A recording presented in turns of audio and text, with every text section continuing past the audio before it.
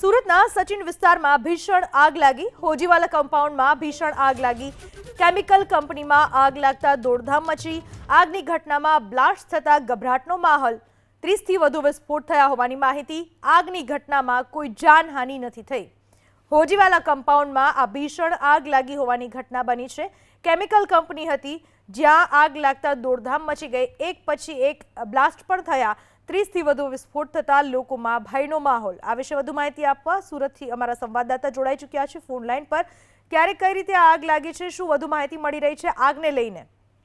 જી બિલકુલ, સતત 1 કલાકથી આગ છે એ ચાલી રહી છે, કારણ કે કેમિકલના ડ્રમમાં આગ ફેલાઈ ચૂકી છે। ત્યારે જ્યાં સુધી કેમિકલ સંપૂર્ણ રીતે બળીને ખાક ન થઈ જાય ત્યાં સુધી આ કેમિકલ છે બળતું રહેશે, એ રીતે ફાયર વિભાગના તજજ્ઞો જણાવી રહ્યા છે। અત્યારે હાલ 20થી વધુ ફાયર ફાઇટિંગ છે અત્યારે હાલ ત્યાં પહોંચી ઘટના સ્થળે પહોંચી છે અને પાણીનો મારો ચલાવવામાં આવી રહ્યો છે।